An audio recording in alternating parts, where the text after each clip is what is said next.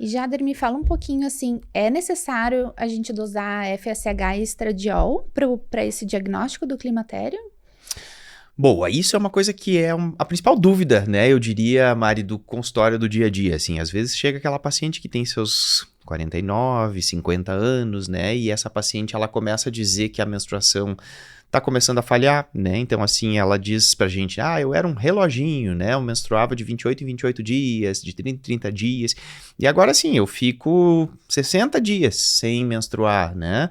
E daqui a pouco quando vem bastante. Às vezes eu chego a ficar 3 meses sem menstruar, né? Aí eu queria fazer uma dosagem hormonal para saber se eu estou no climatério, né? Elas falam isso, né? Eu quero fazer uma dosagem hormonal. Então, assim, o que a gente sabe, né? O exame que tradicionalmente se solicita, né, para a gente avaliar o eixo é o FSH, né? Por que o FSH? Porque o estradiol, ele tem praticamente nada de validade clínica, né? O estradiol, ele tem muita variação durante o dia, né? No próprio ritmo circadiano tem altos e baixos do estradiol, então realmente é um exame que não nos traz nenhum tipo de informação relevante. O FSH acaba sendo o exame melhor. Mas o ponto é, se eu tenho uma mulher que está em idade compatível, né, mais de 45 anos, que começou a ter, né, esses ciclos irregulares, e essa paciente, ela começou a ter uma que outra onda de calor, ou ainda não começou, mas a menstruação já começou, né, a ficar irregular. Para que eu preciso fazer um exame laboratorial, né, para diagnosticar o momento que ela está? Ele realmente é uma coisa óbvia, né? Se ela tem esses ciclos irregulares e ela tem idade compatível, a gente não precisa pedir o FSH. Mesmo, né, se a gente for pegar, assim, estradiol, inibina, FSH, o melhor sendo o FSH, não é necessário. Até porque o FSH também é flutuante, ele também pode, às vezes, dar baixo. Pode ser que ela faça o exame em um momento do dia que o FSH esteja baixo, e aí a gente vai lá, opa, não, ela não está no climatério, porque o FSH está baixo. E, na verdade, a clínica já está nos dizendo, né? Se a menstruação, ela está ficando com menstruações infrequentes, a clínica já está nos dizendo.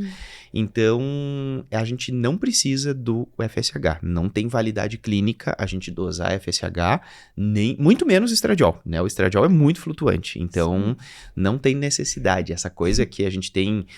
das vezes das pacientes nos pedirem isso, né? A gente tem que... É papel do médico orientar. Olha, não tem necessidade da gente fazer o FSH, você tem 49 anos, tem 50 anos, tem uma idade compatível, eu não preciso fazer uma comprovação hormonal se o seu corpo já está nos dando esses sinais, né? Então, às vezes, a dosagem do FSH vai mais nos confundir do que nos ajudar.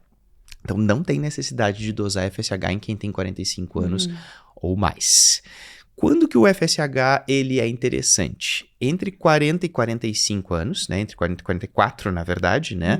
Ele poderia ser interessante porque, apesar de já ser uma idade compatível, entre 40 e 44 ainda é considerado como cedo, né? Apesar de que a gente tem aí algumas mulheres, né? Mais ou menos 5% das mulheres que vão menopausar nessa faixa etária. Mas a gente poderia sim lançar mão do FSH até para a gente fazer diagnóstico diferencial com outras condições hormonais que possam estar acontecendo, né? Uma hiperprolactinemia, por exemplo, né? Um hipotireoidismo. Então, o FSH entre 40 e 45, ele é interessante. Acima de 45 ou mais, não tem necessidade. Abaixo de 40, aí ele é mandatório, né? Porque abaixo de 40 a gente tem um quadro de insuficiência ovariana prematura, né?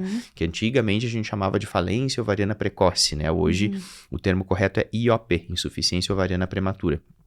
Então, se eu tenho uma paciente com menos de 40 que começa a bagunçar a menstruação, começa a ter fogacho, né? Sintomas típicos de climatério, bom, aí sim o FSH é mandatório.